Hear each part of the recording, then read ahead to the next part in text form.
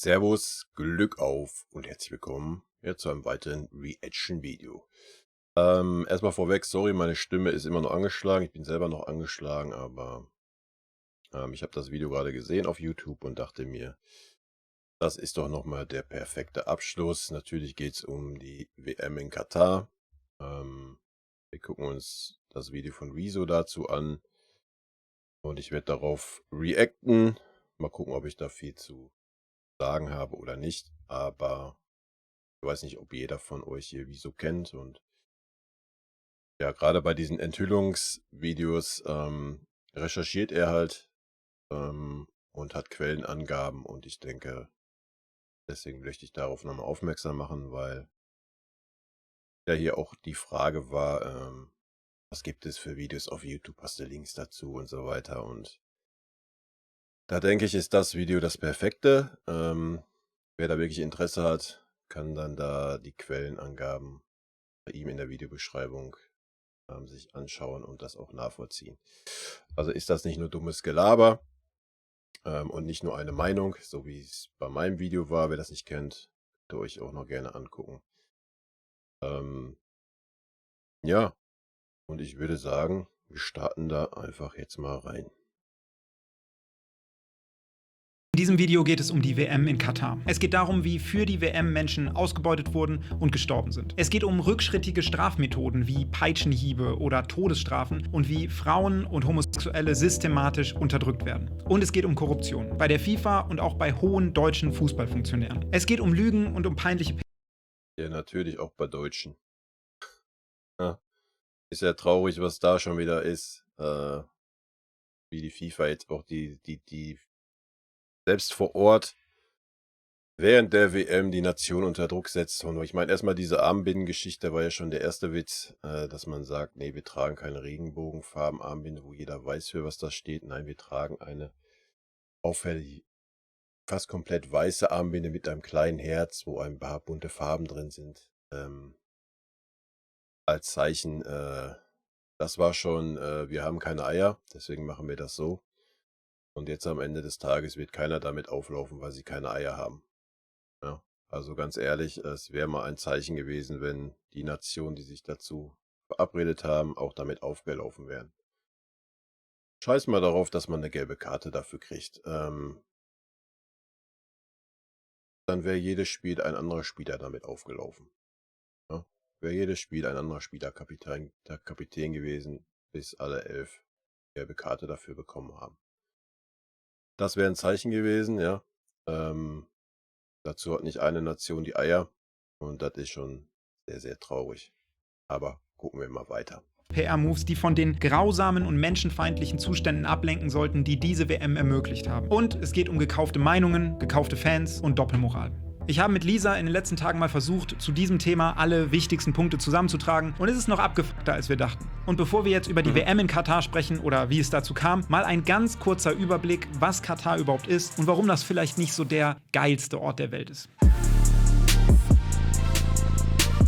Katar, das ist nicht dieser Dude hier, Köftespieß, sondern das ist ein Land. Und das hat einen König. Den nennt man auch Emir. Aber nicht so wie in England, so ein bisschen zur Show, sondern der Typ ist halt König wie in fucking Game of Thrones. Der darf so ziemlich alles machen, was er will, wie so ein Diktator. So basically der Führer von Katar. Also Katar würde mit Sicherheit super gerne eine Demokratie sein, aber hat es einfach bisher nicht so geschafft.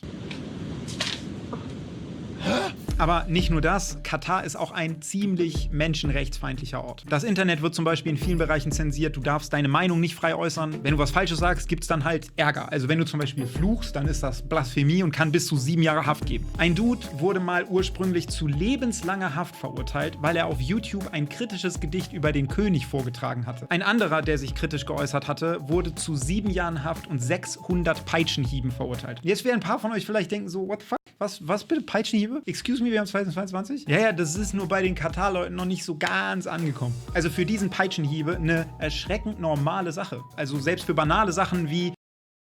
Ja, überlegt euch selbst das, ne? Das hat mich ja zum Beispiel gar nicht erwähnt in mein Video.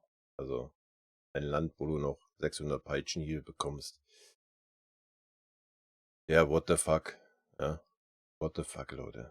Alkohol trinken, drohen dir Peitschenhiebe. Und wisst ihr, wofür ihr auch Peitschenhiebe bekommen könnt? Wenn ihr vergewaltigt werdet und zur Polizei geht und es anzeigt. Weil dann hattest du ja Sex außerhalb der Ehe. Das ist zum Beispiel einer Mitarbeiterin einer FIFA-Organisation dieses Jahr passiert. Sie zeigte eine Vergewaltigung bei der Polizei an und dann drohten ihr 7 Jahre Haft und 100 Peitschenhiebe. Das wurde dann, wahrscheinlich wegen der großen Öffentlichkeit in diesem Fall, nachträglich fallen gelassen. Aber das ist auch nicht das erste Mal, dass Frauen in Katar verurteilt werden. Ja, und wenn ihr das mit dem Hinblick habt, dann überlegt mal, was so manche Personen in die Kommentare geschrieben haben. Weil sie vergewaltigt wurden. Generell, wenn du Katar fragen würdest, ey, wie sieht's eigentlich so mit Frauenrechten aus, würde Katar dir wahrscheinlich antworten, Was, Bruder? denn sowohl häusliche Gewalt als auch Vergewaltigung in der Ehe sind grundsätzlich legal. Frauen brauchen für viele ganz Legal, Leute. Legal. Ja, legal. Muss man noch mehr sagen eigentlich? Selbst was wir bisher gehört haben, in 2 Minuten 34 sollte schon Grund genug sein, bei dieser scheiße WM sich nicht ein Spiel anzugucken. Wir sind gerade ganz am Anfang von diesem. normale Sachen die Erlaubnis ihres Mannes. Der Mann hat die Herrschaft über die Frau und das ist, warte, ich zitiere, Gott gegeben. Und Entschuldigung, wenn du das so sehen solltest, respectfully, fick dich und deinen Gott. Ach so, und das ist jetzt wahrscheinlich auch keine krasse Überraschung, aber die Existenz von Homosexuellen ist in Katar verboten. Wenn ihr queer seid, dann könnt ihr in Katar dafür in den Knast wandern, weil ihr seid ja nicht ganz richtig. Ihr habt ja einen geistigen Schaden. Sie finden, Schwulsein ist Haram? Ja, es ist Haram. Ich bin kein strenger Muslim. Aber warum ist es Haram? Es ist ein geistiger Schaden. Ach, und bevor ich vergesse, Katar wird von vielen Seiten seit einigen Jahren vorgeworfen, Terrorismus zu finanzieren. Aber das Fass mache ich hier gar nicht auf, weil das zu abgefuckt. Alles in allem ist Katar, zumindest in relevanten Teilen, so ein bisschen rückschrittig und menschenfeindlich. Und jetzt kommt der Punkt. Die wissen, dass ihr Image nicht gut ist. Die wollen aber gerne ein besseres Image haben. Aber das wollen die sich halt ganz offensichtlich erkaufen. Mein König, die ganze Welt findet uns irgendwie relativ ungeil, weil wir auf Menschenrechte scheißen. Nicht so gut. Was können wir denn da machen? Also, ihr könntet ja Leute nicht mehr auspeitschen oder wegsperren dafür, dass sie schwul sind oder vergewaltigt wurden. Oder ich kaufe die Fußball-WM. Dann finden uns alle geil. Ja, also ich weiß jetzt nicht, ob das der beste Weg ist. Sperrt ihn weg! Er hat mich kritisiert. So, gibt's noch Widerspruch? Keiner? Meine Idee ist die beste? Ja? Dann machen wir das so. Sich durch die WM eine geile, positive, nice Aufmerksamkeit zu erkaufen, schien jedenfalls der Plan zu sein. Aber warte mal, stopp, ganz kurz. Man kann sich die WM doch gar nicht erkaufen. Das würde doch nur gehen, wenn die FIFA zutiefst korrupt wäre. Wer hätte das nur gedacht? Wo die Fußball-WM stattfindet, wird von der FIFA entschieden. Und das machen die über so eine anonyme Wahl, wo 24 hohe FIFA-Leute abstimmen dürfen. Und schon vor über 10 Jahren wurde entschieden, wo in diesem Jahr 2000 Allein das ist ja schon ein Unding, ne? Warum dürfen das nur 24 FIFA-Funktionäre? Ich weiß nicht, wie viele Funktionäre die ganze FIFA hat. Aber dann sollte man vielleicht mal anfangen, dass jeder da abstimmen darf. Und nicht nur 24. Wäre vielleicht schon mal ein bisschen besser. Dann wäre eine Bestechung ein bisschen teurer. Nein, da fällt einem nichts so ein eigentlich, ne? 2022 die WM stattfinden soll. The winner to organize the Das ist 2022 so lächerlich. FIFA World Cup is Katar. Und sagen wir so, das war von Anfang an eine ziemliche Korruptions-Shitshow. Also, zur Wahl bewerben sich ganz viele Länder und manche davon werden zur Wahl erst gar nicht zugelassen. Und auch Katar hätte eigentlich gar nicht zugelassen werden sollen. Es gab von der FIFA nämlich Unterlagen darüber, dass Katar gar nicht zugelassen werden sollte, weil es da zum Beispiel obviously viel zu heiß ist. Im Sommer bis zu 50 Grad, da kannst du schlecht 90 Minuten auf dem Platz rumrennen. Nur um kurz zu verdeutlichen, wie zu heiß es da ist. Es wurde ja jetzt in den Winter gelegt, damit es kühler ist. Und trotzdem ist es notwendig, dass hunderte Düsen im Stadion und riesige Klimaanlagen das Stadion runterkühlen. Unter freiem Himmel. Riesige Klimaanlagen, hunderte Düsen unter freiem Himmel. Also unter anderem solche Gründe standen dann halt in den Berichten der FIFA, warum Katar nicht zugelassen werden sollte. Aber diese Berichte wurden dann einfach, weiß nicht, verlegt. Und der damalige FIFA-Präsident weiß auch nicht so recht, wie er das begründen kann. Warum wurde die Bewerbung eigentlich zugelassen für diese Ausschreibung? Die Ausschreibung war ja ganz klar für den Sommer. Aber selbst ihre eigenen FIFA-Berichte haben gesagt, dass man im Sommer dort keinen Fußball spielen kann, dass es einfach zu heiß ist. Ja, eben. Das ist, weil man.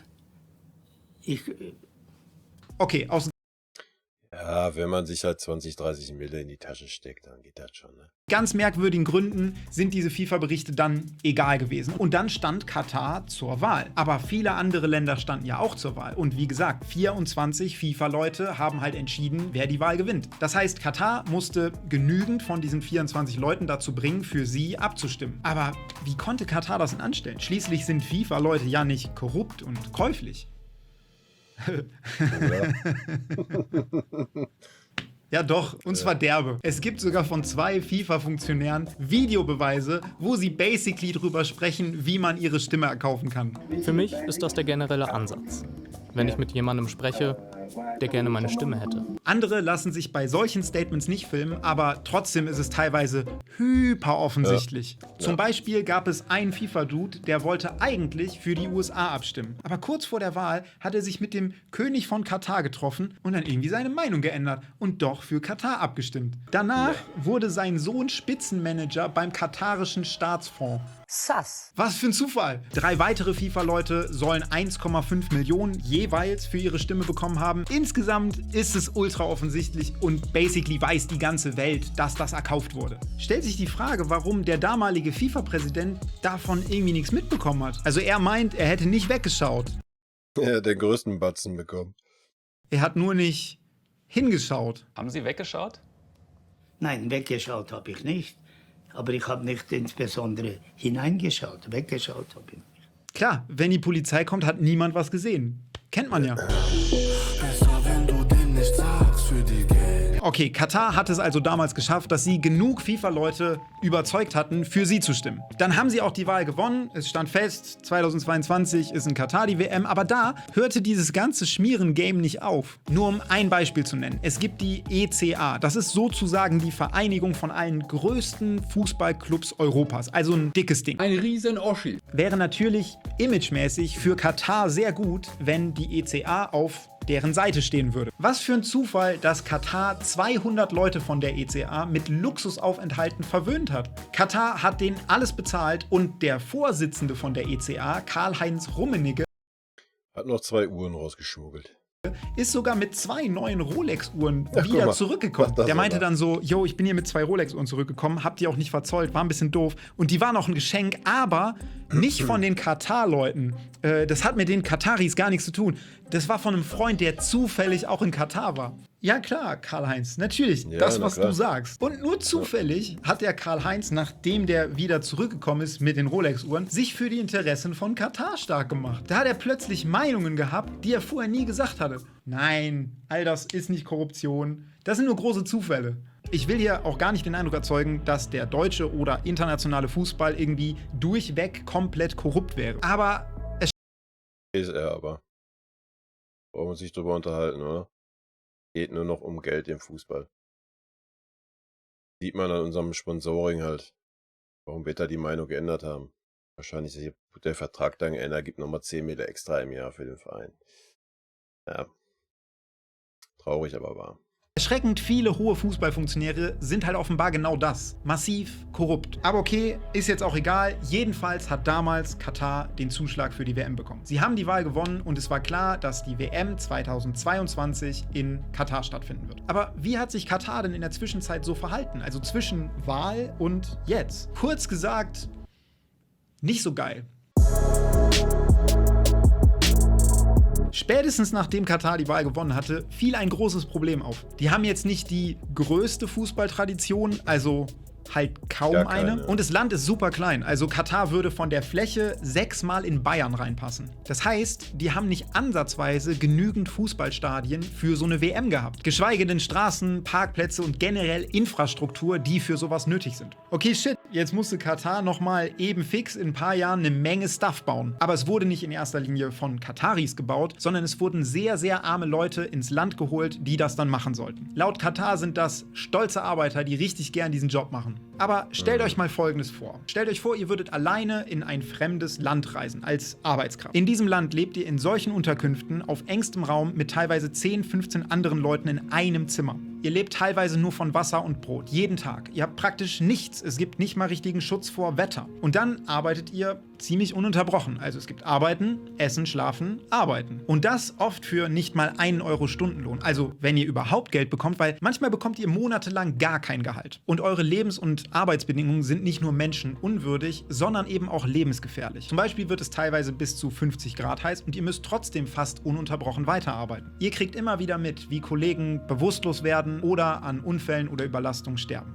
Und ihr wisst natürlich, dass euer Körper das auch nicht dauerhaft mitmachen wird. Aber wenn ihr dann für euch merkt, hey, das ist hier lebensgefährlich und da wieder raus wollt, dann könnt ihr das nicht. Denn ihr seid schon in der Falle. Ihr habt ja nicht die finanziellen Mittel, um da wieder rauszukommen. Oder es wurde euch sogar der Pass weggenommen, damit ihr das Land nicht verlassen dürft und nicht mal den Arbeitsplatz wechseln dürft. Ihr seid gefangen in diesen Zuständen und ihr müsst weitermachen. Aber ist ja dann keine Sklaverei. Machen die Leute ja freiwillig.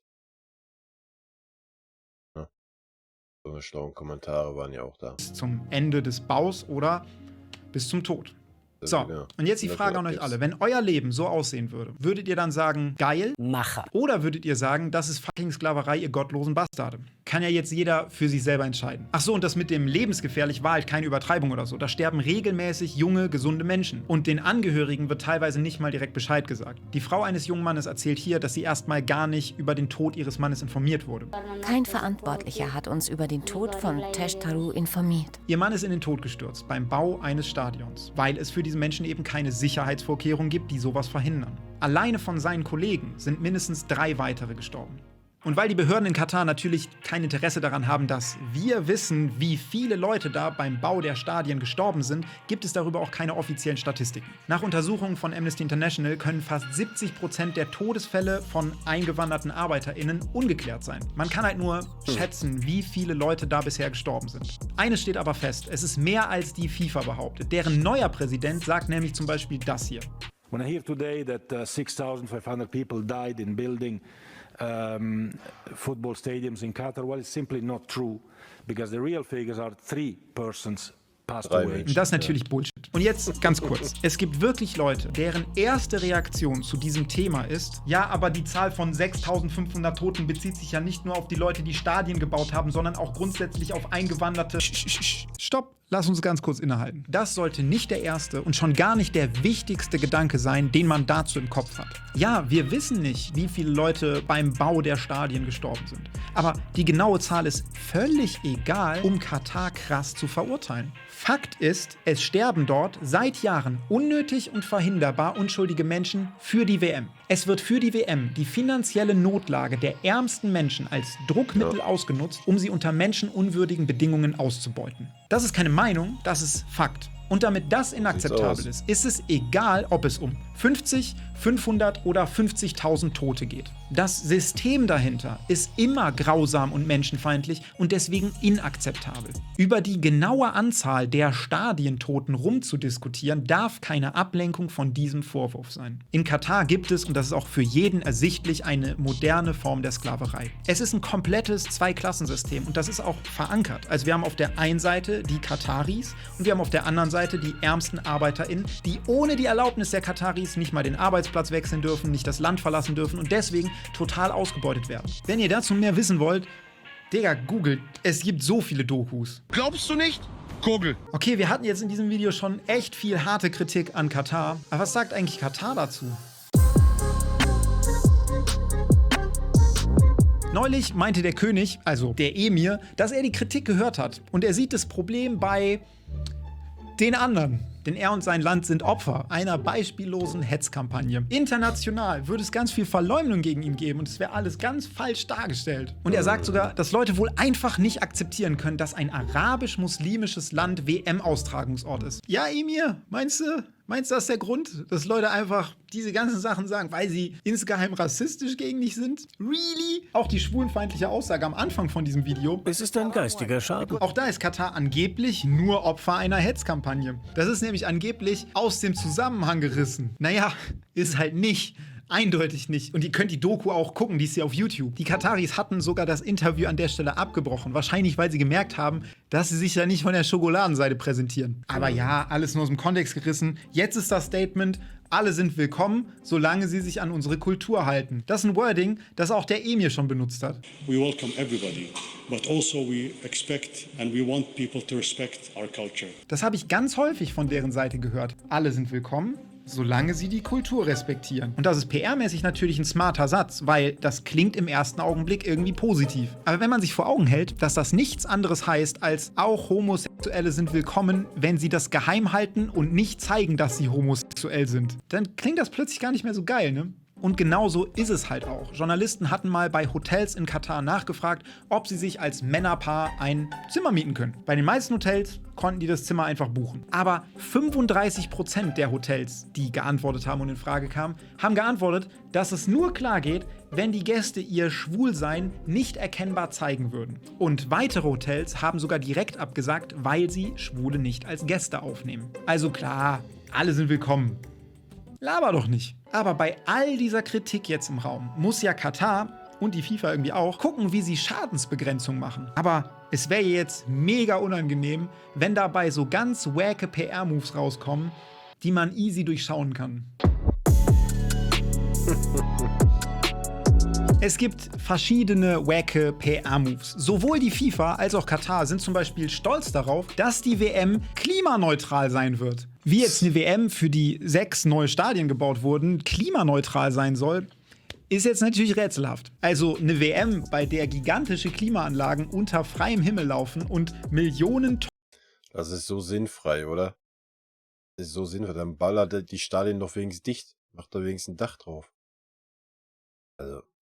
Tonnen Beton in die Wüste gekippt wurden. Eine WM, bei der nicht genügend Hotels vor Ort sind und deswegen viele Fans mit Shuttle-Flugzeugen von Dubai oder Abu Dhabi hin und her zu den Spielen geflogen werden. Die WM soll klimaneutral sein?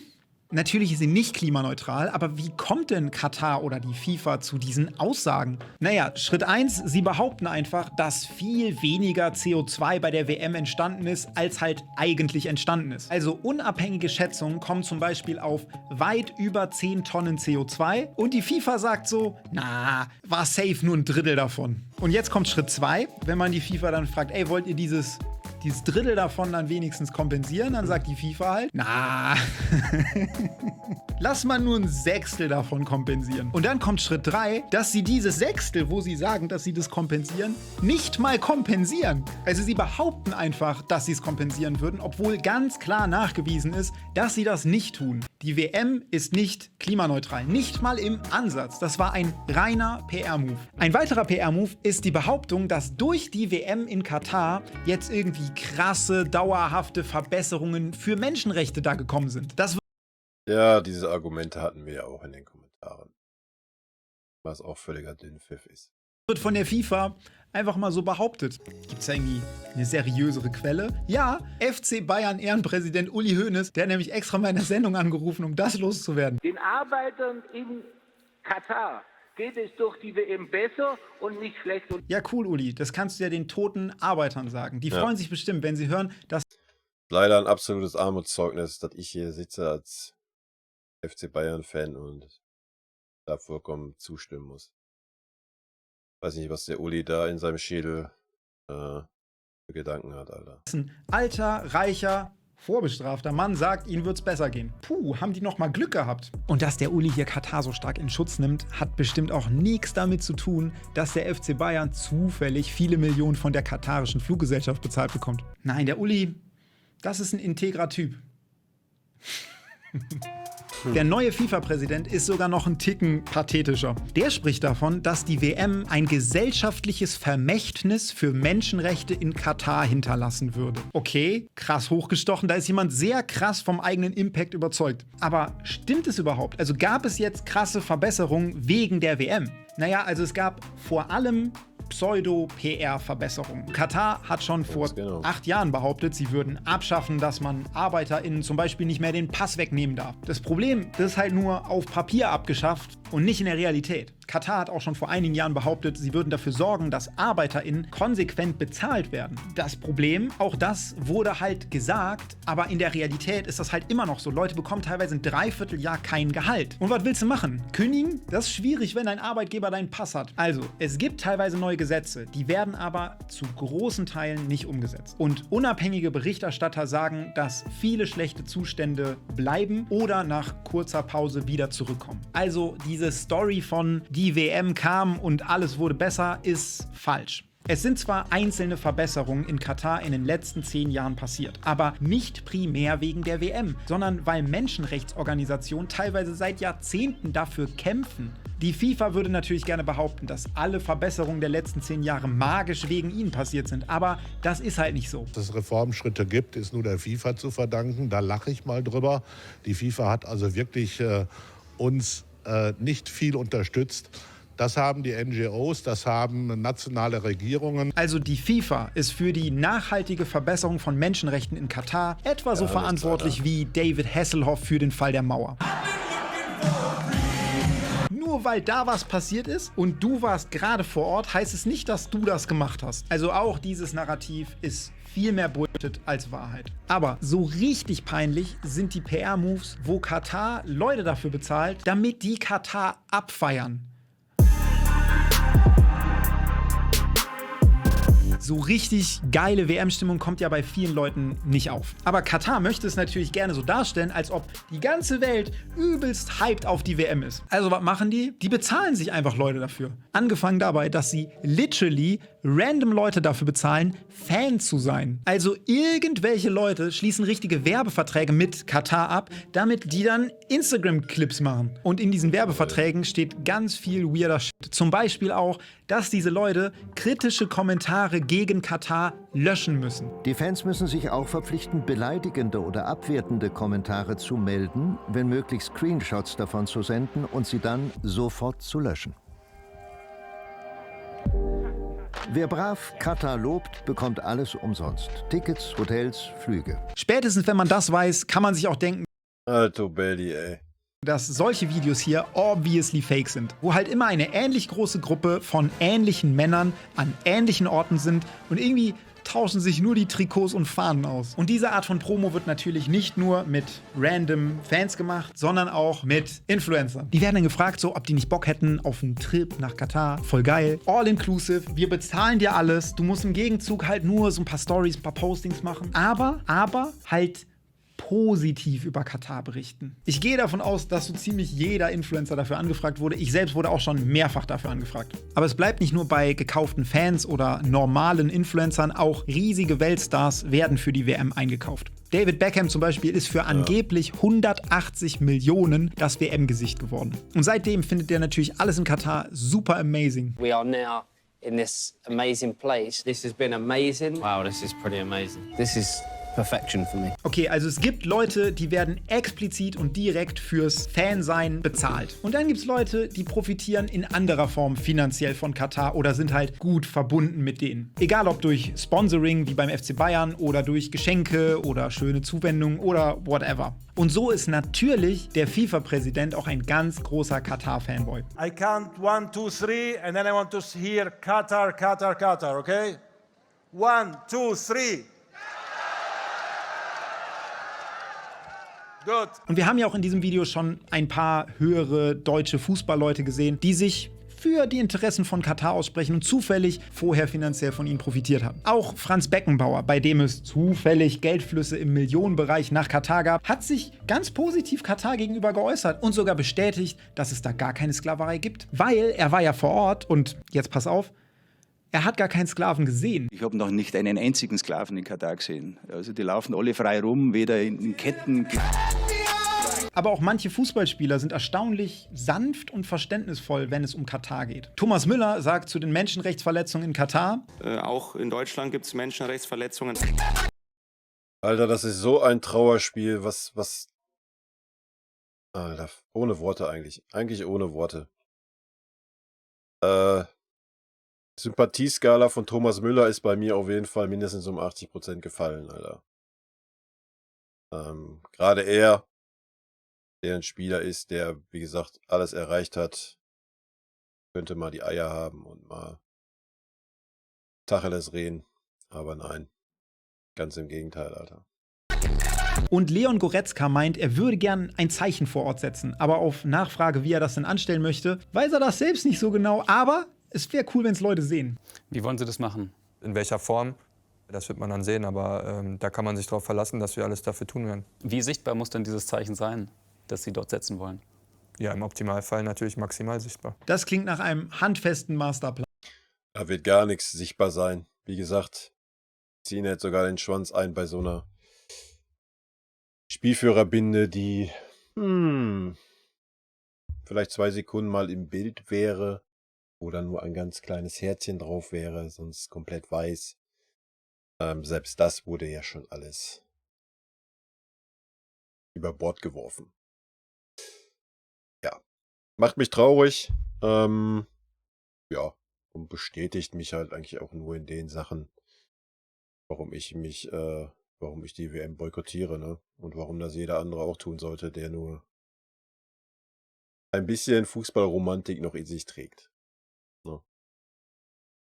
Also wir sehen hier keine wirklich klaren Worte von Müller oder Goretzka. Aber das ist auch nicht so verwunderlich, weil die spielen halt beide bei Bayern. Und Bayern kriegt seit Jahren viele Millionen von der katarischen Fluggesellschaft. Irgendwie weird, ne? Dass die Leute, die sich nicht so klar gegen Katar äußern, ziemlich häufig auf der Payroll von Katar oder katarischen Unternehmen stehen. Okay, man kann jetzt natürlich sagen, ey Rezo, für dich fällt es natürlich leicht, hier so rumzukommentieren, weil du hast keinen Bezug zu Fußball, du bist in Fußball nicht involviert. Wenn man da drin hängt, dann ist es halt schwierig. Also ich bin involviert seit Jahren, ja, und ich habe genau dasselbe gesagt, also. Was zu sagen. Und ja, ich habe safe ein bisschen leichter hier zu shooten, weil ich keinen Bezug dazu habe, aber es gibt auch ganz, ganz viele Leute, die involviert sind im Profifußball und trotzdem klare Haltung und klare Meinung zu Katar und diesem ganzen Thema haben. Egal ob im Ausland, wie bei der norwegischen Verbandspräsidentin. Wir müssen den Arbeitern eine Stimme geben und wir müssen die Kriminalisierung von Homosexuellen thematisieren. Oder der niederländische Nationaltrainer mit ähnlicher Wortgewandtheit. Und auch hier in Deutschland finden Fußballer bzw. Ex-Fußballer wie zum Beispiel Philipp Lahm ganz klare Worte. Und auch Fans zeigen deutlich, dass das mit ihrem Verständnis von Fußball nichts zu tun hat. Und noch viel mehr Leute haben natürlich eine Haltung. Viele städtische Public Viewing Events sind abgesagt und viele Kneipen übertragen die Spiele nicht. Und manche sagen jetzt, die Spiele nicht zu gucken, das ändert doch auch nichts mehr. Und ja, das mag sein. Guckt meinetwegen die Spiele. Aber jeder, der die Spiele guckt, sollte das nicht ausnahmslos als nices, spaßiges, geiles Party-Event machen. Jeder Mensch, der die Spiele guckt, soll wenigstens zum Teil ein bitteres und ungeiles Gefühl im Magen haben. Denn damit du die Spiele gucken kannst, sind unschuldige Menschen ausgebeutet worden und sind sogar gestorben. Das ist ein Fakt und der geht nicht weg. Katar und die FIFA möchten gerne, dass dieser Fakt weggeht. Die möchten gerne, dass wir nicht darüber diskutieren. Die FIFA bittet sogar darum, dass man nicht über Menschenrechte spricht. Die gehen so weit, dass sie der dänischen Nationalmannschaft verboten haben, den Text Menschenrechte für alle auf ihren Trikots beim Training zu tragen. Man darf nicht beim Training in Katar den Satz Menschenrechte für alle auf dem Trikot haben. Das ist von der FIFA verboten. Wenn solche Basics schon triggern oder nerven oder zu politisch sind, dann ist es umso wichtiger, dass wir darüber reden. Dass kein Spiel vergeht, ohne dass diese Themen aufkommen. Und dass wir nicht mitten in der WM schon vergessen haben, dass es all diese Probleme gab. Denn wenn wir weiter darüber reden, dann steigt der Druck auf Katar. Und damit helfen wir den Menschenrechtsorganisationen, wirklich die Zustände zu verbessern. Katar hatte einen Plan. Und zwar sich ein geiles Image, sich Beliebtheit, Freunde auf der ganzen Welt für Geld zu erkaufen. Und wenn wir jetzt nur noch Happy WM-Stimmung raushauen, dann hätten sie genau das geschafft. Peace. Ich bin raus. In diesem Video... Ja, gutes Video. Gutes Video. Ja, meine Meinung ist hinreichend bekannt dazu. Wie gesagt, ich wollte das Video einfach nochmal raushauen, weil die Aussagen, die er da trifft, belegt er halt immer mit Quellen. Und ja, wenn ihr denkt, dass das gelogen ist, guckt euch halt die Quellen an, wa? Gut, ja, die WM läuft schon. Wie gesagt, ich bekomme da nichts so mit, außer diese Diskussion über die Armbinde. Alles andere, keine Ahnung, interessiert mich aber nicht, ignoriere ich komplett. Und mir geht's fein damit. Wie er schon sagte, am Ende, habe ich ja auch in dem letzten Video schon gesagt, muss jeder von euch wissen, wie er damit umgeht. Ja, wenn man so so blind ist und sich mit dem Thema gar nicht beschäftigt und sich da hinsetzt und denkt, wow, was für eine geile WM und klatschend in die Hände singt da, ja, dann hat man meines Erachtens kein Rückgrat und dazu stehe ich auch weiterhin. Ja. Ob mich das unbeliebt macht oder nicht, ist mir scheißegal. Ja, eigentlich hat Wieso es perfekt gesagt, wenn ihr euch, warum auch immer, ja, für mich gibt es keinen Grund, sich diese WM anzuschauen, euch das reinzieht, dann seid euch bewusst, was ihr euch da reinzieht.